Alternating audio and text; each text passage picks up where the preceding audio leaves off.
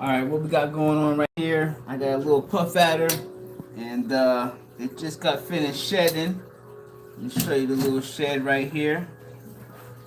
This is the little shed for my puff adder. So it got its first shed. I tried to feed it prior to, and it wouldn't eat. And I was like, why you don't want to eat?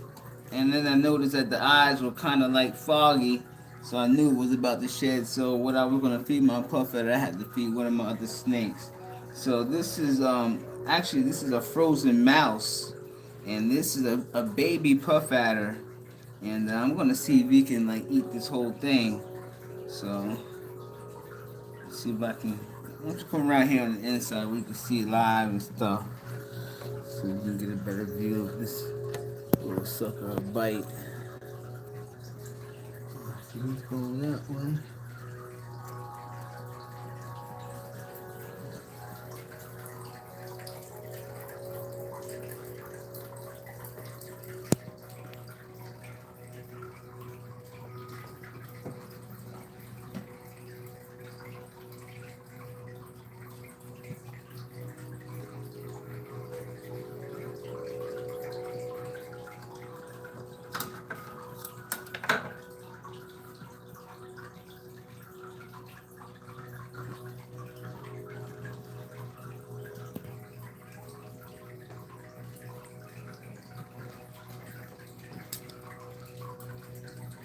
Let's see if we can look for this.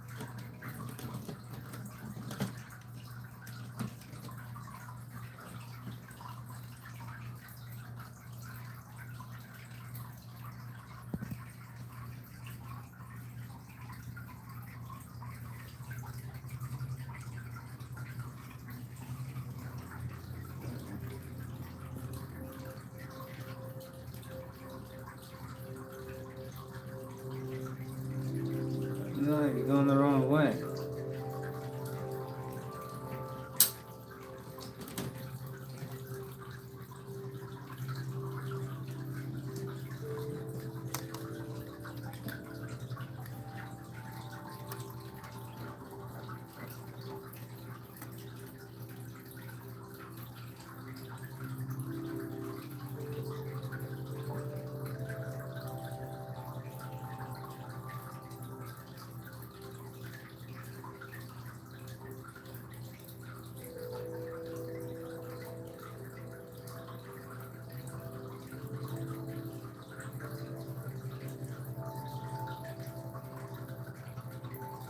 There you go.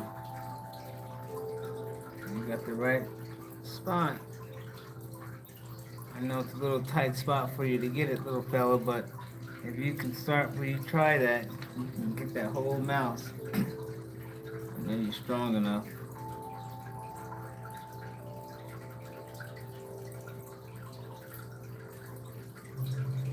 You're sizing it up right now. That's what they do. They kind of size it up, see where it's going to be the best place to bite.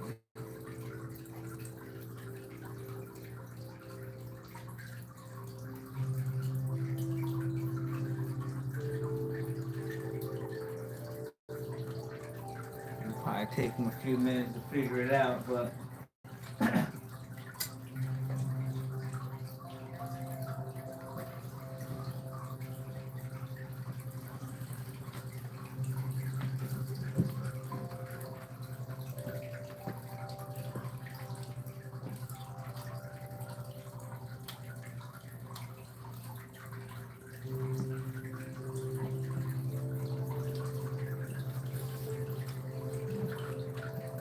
oh, he got the head. Oh, wow.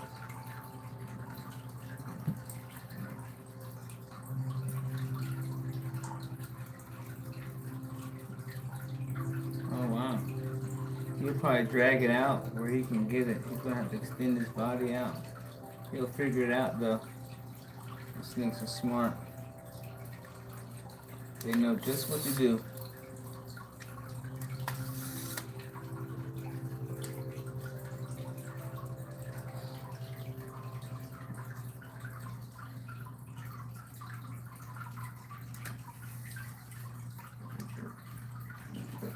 Let me see the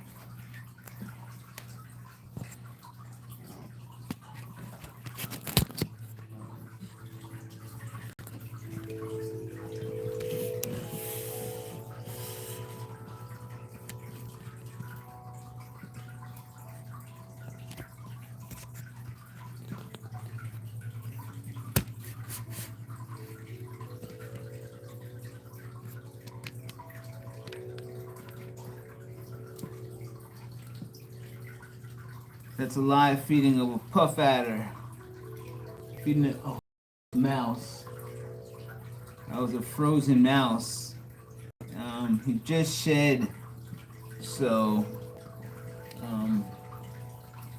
this is the largest portion of food I've tried to feed this snake since I've got it. I started feeding it pinkies, then I fed it some fuzzies, and then I fed it a small mouse. Now this is a large mouse.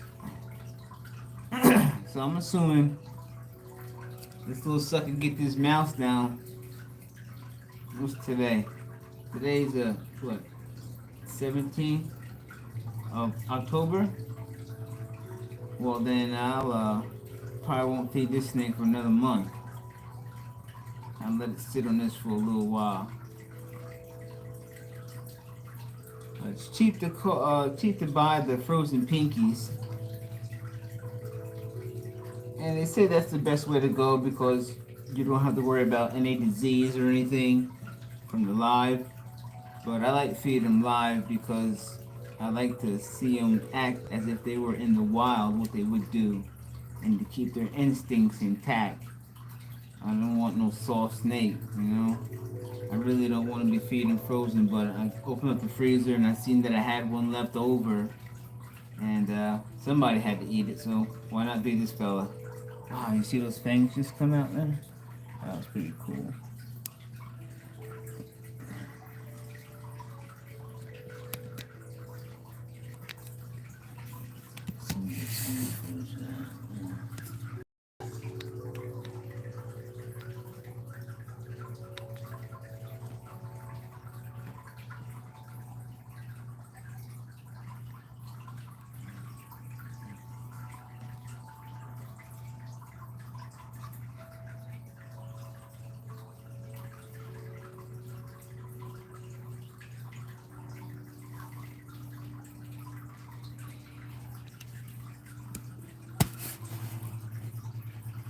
Drop it down below, you can see a little bit.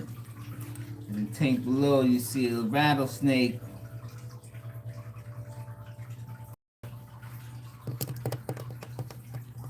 And a rattlesnake right over here.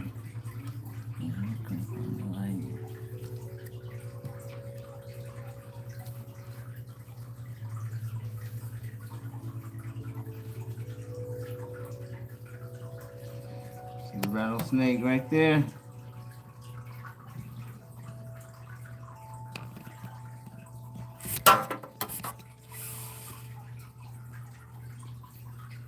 It's a canebrake rattlesnake.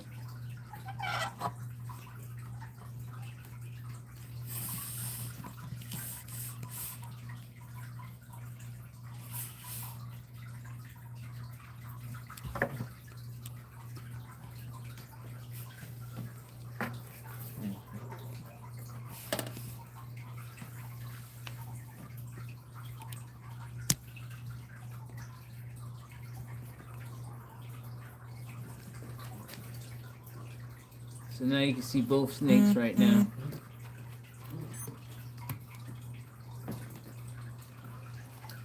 You got the canebrake rattlesnake right down there underneath the puff adder.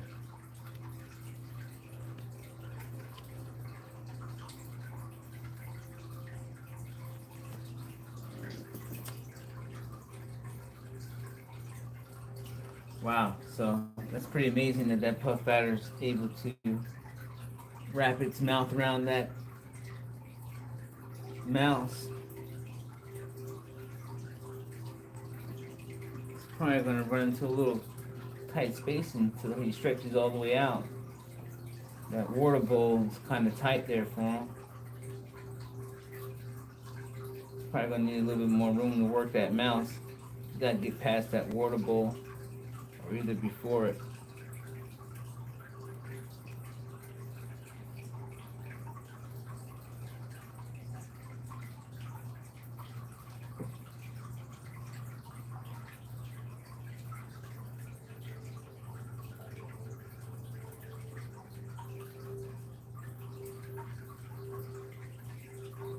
Mm-hmm.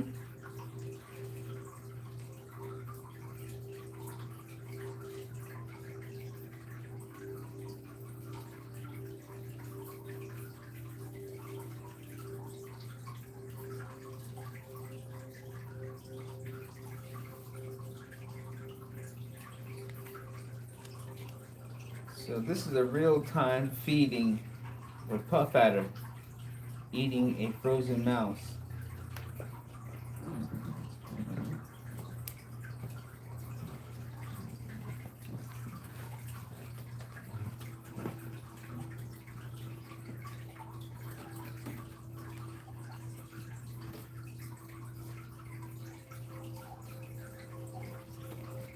Man, the colors on this puff adder are freaking amazing.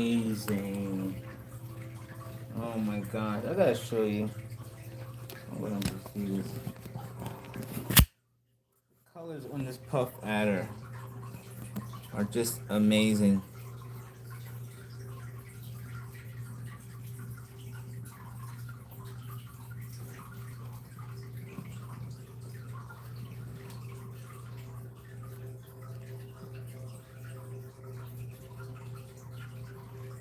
Look at that pattern.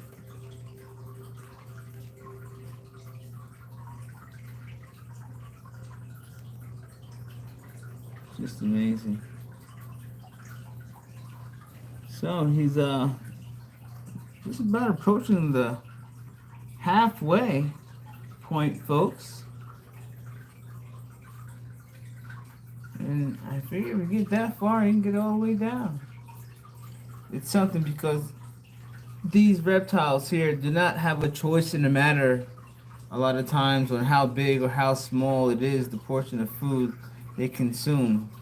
They have to take what they can get at the time and risk. So a big meal means you don't have to eat for a while. Small meal means you have to eat more regularly.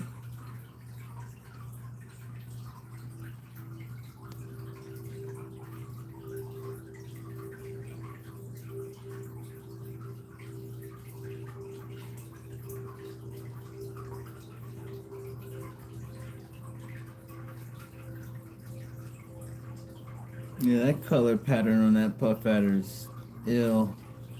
Those browns, and there's like some gray in there. White. Man, that color coordination is ill.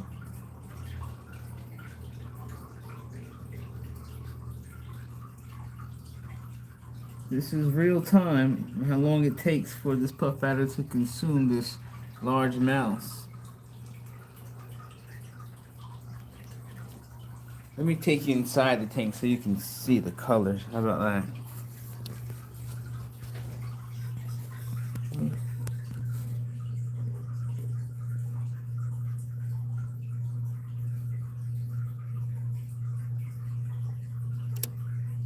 Is that a beautiful animal or what?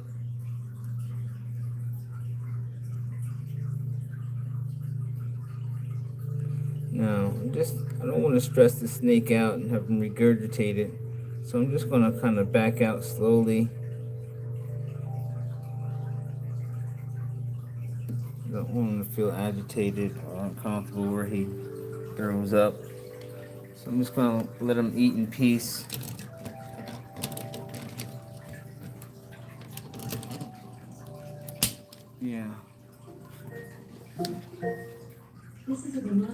reminder. Drink water. I'll bring you down here to the rattlesnake. This is a reminder. Drink water. That is your canebrake rattlesnake.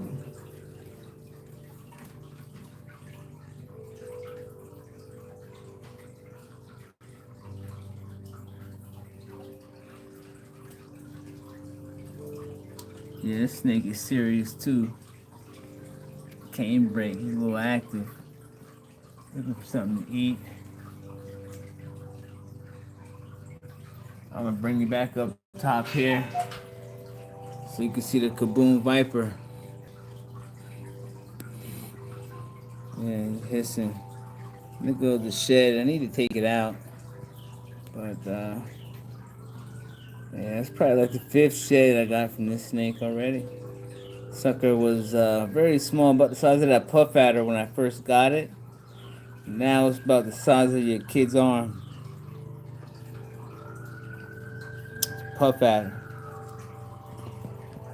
See what else we got in this tank. Is there anything else in this tank with this puff adder?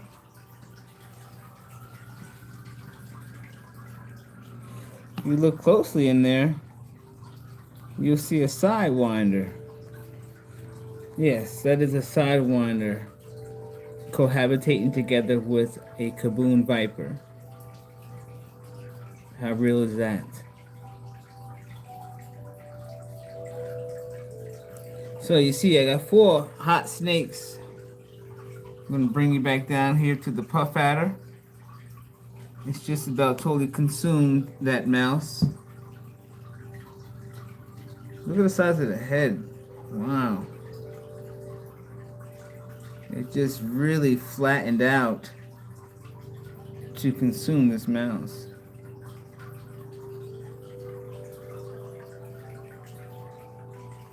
Look at that color pattern.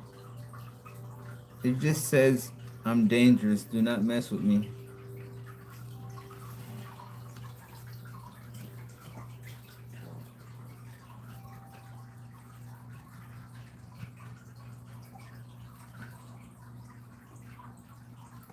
Canebrake rattlesnake.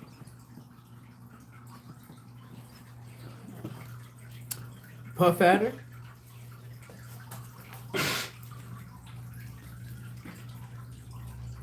Sidewinder.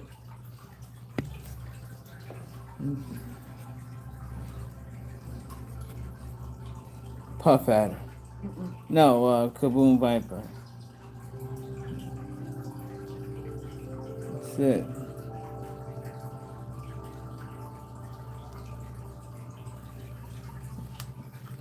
These are my hot snakes. And these are my hot tanks. That's my little setup right there. I got the lights inside the tank because it's getting to be winter time. And I need to keep the heat in there good and the humidity. Right now it's a little low, but I got the doors open. This one here, yeah, it's way low, but I figure this is the wild, you know what I mean? I'm not trying to like do everything I can for them. They're gonna have to learn to survive. So there it is, live feeding of a puff adder after its first shed. From when I got it, I was feeding it pinkies, then fuzzies, then I fed it a small mouse. Now this large mouse. So yes, this is about the 4th time I probably fed this snake. Has no problem eating in front of the camera. Did was just dangle that mouse in front of its face a couple times. It struck at it, and then I left it in there for it to consume.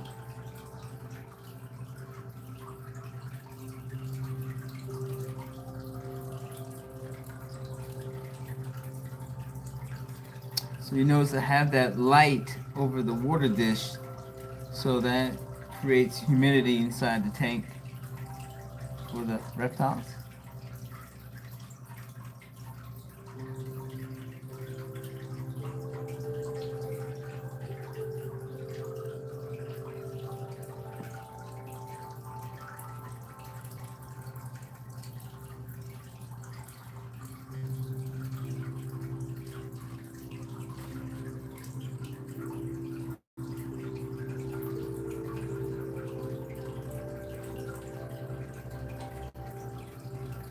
When I first got this snake, I had him in the tank, and I had this brown substrate like so, and it was very hard to find them in the tank.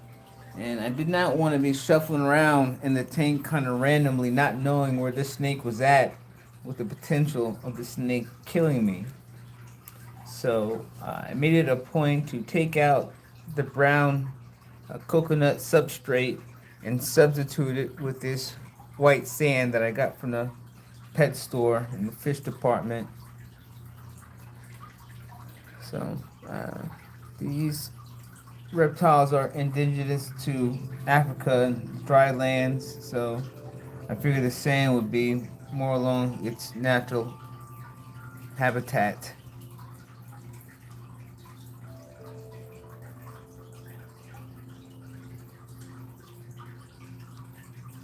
hmm So, just to show you, I'm not afraid to push the limits with these snakes to see how much they can eat, what they can do.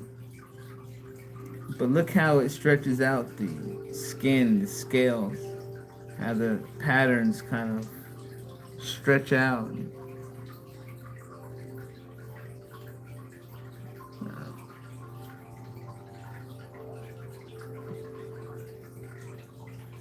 Pretty deadly, huh? I would say.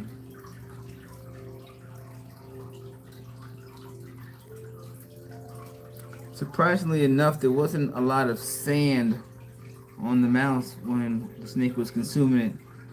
I had to defrost it in water, and I took some paper towels and I dried the mouse out so it wouldn't be so wet and full of sand when the snake consumed it. Even though the snake can bypass all that stuff through its digestive system, I just don't want to have it, work any harder than it has to.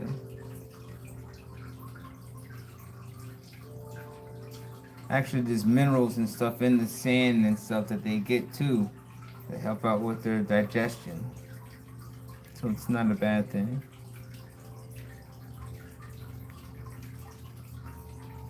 Snakes don't eat on plates, folks.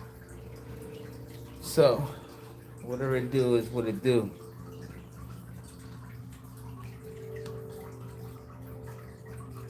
Wow. That really filled out the gut of that snake. Kaboom viper right here. It's always sprawled up in that position ready to strike. It's always got like 2 or 3 coils ready to fucking launch. But, it shows no aggression towards me. I do handle it with a snake stick at times, but it does not show like human aggression. But I don't try to press the limits either. Every time I handle these snakes, what I say to myself, this can be the last time. And when I put that healthy fear in my mind, I make every move I make is precise and accountable.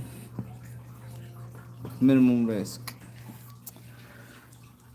Down here we got the rattlesnake. I'm just taking to the tank of the rattlesnake real quick, right? So sometimes right here's what I do, right? The rattlesnake, he got his head over there, right? And come in there, pet that stuff a little bit. Close that motherfucking tape back up. Close it up. You go in there, how often do you touch a rattlesnake? Alright, that's it.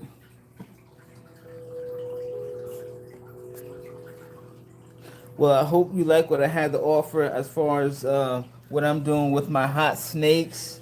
My Kaboom viper, my canebrake rattlesnake, my sidewinder, my puff adder. Just to take you into the world of what I'm doing with my venomous. I just like these hot snakes because of their potentials, and they're just very pretty animals to look at. And I got a lot of respect for them because you know what? They are the truth. There's no coming back. These things bite you, you will die. And that's what I like about them. It's the respect. So I'm out. Hope you enjoyed the video.